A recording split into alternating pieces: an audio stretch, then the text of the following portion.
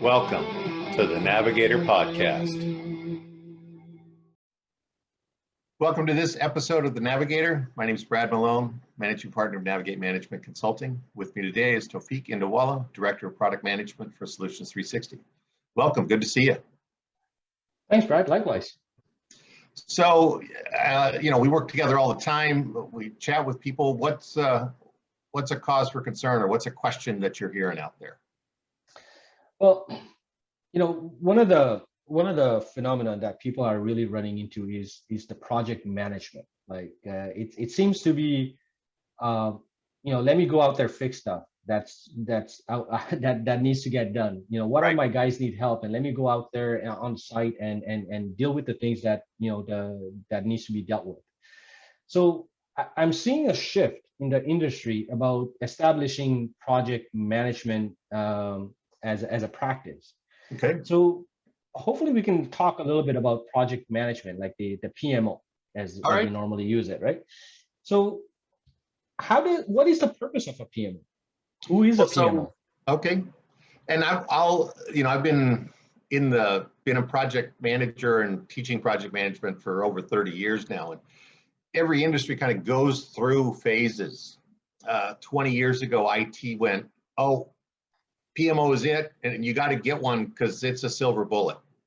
And so I'm going to hopefully share some information that doesn't make it that way in this industry.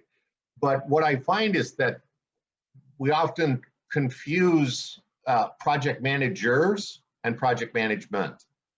And to me, in this industry, given that sales and engineering are truly the first project managers, they're setting the expectation, they're setting the scope, they're setting up the price and the effort. It's really, how does the company sell and manage projects? And then there are roles within that. So now let's move to kind of a project management office or a project management function.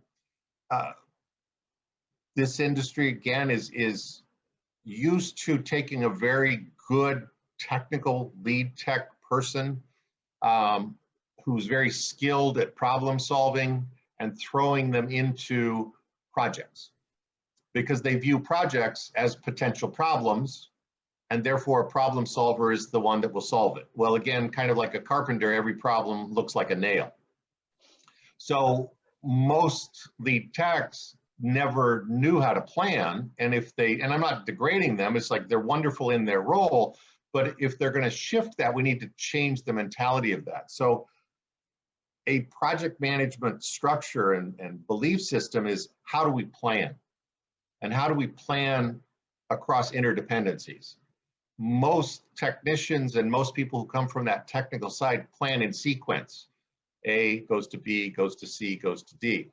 Well, if a project was like that, they'd all be easy. So it's learning the mentality of, and again, we had a discussion on work breakdown structure. How do those elements, those 8 to 10 elements, all interweave, and how are they interdependent? So let's go back to, so that's part of the kind of the DNA of a PMO is, are we teaching people to actually understand the discipline of project management? I know what you said, the purpose of it is to predictably deliver results. Okay? It's not to say you must make all projects on time and on budget, especially those projects that were underestimated and given a date that no one could make happen. Right. So again, the expectations of, it's about predictably managing projects, being confident in it, sharing information, working within the organization's resources. So a PMO is also not an island. We're working with a whole lot of other resources. We've got, again, my ops manager and sales manager. It's like, how are we sharing engineering? How are we using tax? How are we doing commissioning? So a project manager has to use resources from other functions throughout the organizations through planning. Right. And so PMO is not necessarily one person, right? It's a body, a group of people that could be made up of a PM, a sales rep, an operation manager. We're basically establishing standards, that structure. Right? Yeah, it's usually on the ops side, but it's typically the execution arm of the project management function. So I could have project coordinators in there. I could have people who are doing the resource calendar as part of that PMO. Again, assigning resources to the project schedule. And then, as you and I talk often, it's not one project that gets you in trouble. It's that one project and what it did to the 5 others that were using those resources. Right. So key piece of the PMO function or belief system is the portfolio. And not just what are the portfolio of projects, what's the portfolio of resources. So most, I talk about the 4 Ps periodically: portfolio, project, process, and people. People tend to hone in on the project and say, our projects are terrible. We need better project managers. We need a PMO. I'm like, okay, what's your funnel into the company? We don't have one. We don't pay attention to it. We just win anything we can at whatever point in time we can. I'm like, okay, that might be a problem. And we just get the work done. You just get the work done. How's your process standardization? Do you have standards in terms of, just how do we crimp a wire? How do we hang a screen? How do we do anything? Do you have standards? No, we just let people do whatever they want. Great. Do you have some ramification in training and competence? No. Okay, so how are you going to solve this?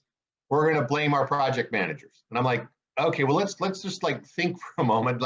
Let's think through all of that as a package. So it's really thinking about what's the role of a project manager, but more importantly, how does our company sell and manage projects? And projects always have uniqueness to them, but how do we also sell projects that have lots of similarities to them? Right. I find companies that standardize on their work breakdown structures manage their projects way better. So it's not just about how is a PM asking for equipment? How is PM scheduling it? It crosses other areas of operation, like you said. Well, how do we trim wire? So it's a philosophy on and training around how every element of your project is executed.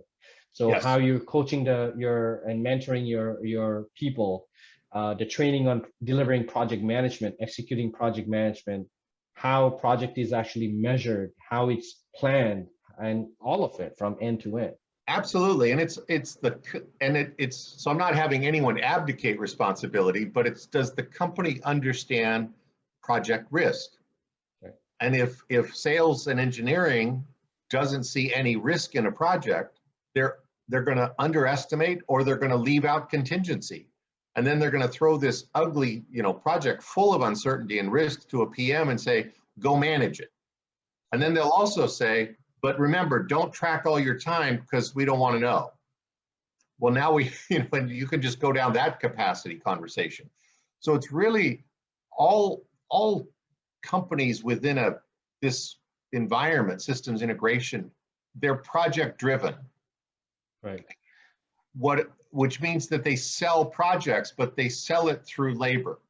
And labor is the key resource, and that's what has to be managed. So the whole labor pool has to have the belief system that it's about managing those people predictably, effectively, efficiently to meet the goals of not only a project, but all of the projects within the portfolio. Yeah. So it's not about how each project managers are doing different things to come to an outcome. It's having a standardization as a company that this is our PMO. These are our project management standards. So what is essential for PMO success?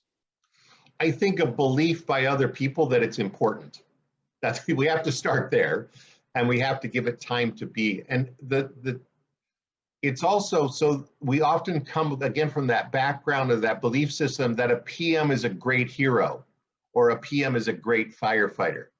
And again, I've been across many industry, and I've trained thousands of people in project management for the Project Management Institute. And to me, a mature project manager is managing a non-event, if that makes sense. So it's kind of a Lao Tzu or a Sun Tzu quote. A good leader is if at the end of the battle they wondered, why did we need them? So it's one of that. It's like if I manage a project incredibly well, it'll make the project look easy. Right. So we need to reward the reduction of drama, the reduction of chaos, and just get our minds around it's not about heroism or firefighting, it's about planning, addressing things early. A huge piece of project management is managing change. And you and I talk about, CCOs, ICOs, and how every project should have a change order. Immature companies will have this, don't allow change, that's scope creep. So we just have all these myths inside of the companies that really need to go back. And, I've got a whole bunch of questions that within the sheet of like, what does it take to form a PMO? We're going to put that up on our resource page in the Navigate website to really help people through. And I'll put a couple things up there to really forward this discussion. So, yeah, please. So, you talk about all these myths about, change orders and all that kind of stuff around the stringent. Now, I know I've talked to many companies over the years, and they think that the project management is a necessary evil to get to service and the RMR portion of it. Are they leaving a lot of money on the table and is that just because they haven't figured out their project execution? Well, I'll answer that, but I'll do it another way in terms of leaving money at the table. The projects, I'll say the last 10% of projects tend to bleed about 50% of the profit. So we have this, again, the mentality of hurry and get it done because it's based on time or on cost, and then we deliver poor quality to service. I think that companies are project driven, but what keeps them in business is a great handoff between projects and service. Projects have two customers. They have their client to deliver the solution to use it, but service, I think, is an incredibly important client because a project could be 6 months long. Right. Service, I want to be 10, 15, 20 years long. Absolutely. So a well-run project sets up service for success. When service is successful, we get repeat business. So I'd love to have another conversation on just the handoff, between projects and service, and it usually feels more like a drop-off, ring the doorbell and run. But that's also part of that culture and belief of a company. They're not respecting people downstream. So that's what's key. That'll be a fun one, I think. Yeah. Now, what kind of questions that a company can ask themselves, like the operation managers, the C-level management, that would lead them to think that they actually need to have a proper PMO standards? Well, how much drama, how much chaos, how many callbacks do we have? So that's the key question. And again, you and I could talk for hours on this one. I don't think our listeners would want us to, but it's measuring, but don't focus on the PM. It's how much drama and chaos are we putting into the system because we're not managing our projects. We're reacting to our projects. And that's because we haven't taught people to really, and we haven't taught sales and sales engineers to kind of serve project management. Doesn't mean subservient to them, but if it's about project execution, the front piece of the company has to see that as important. And so that's a key question is sales and operations, are they connected? Do they see each other as interdependent and codependent, or do they see it as just go make stuff happen? And if we can't answer that well, a PMO won't help. Well, Brad, thanks for sharing your thought. I think this was a good one. Very much. Thank you. Appreciate it.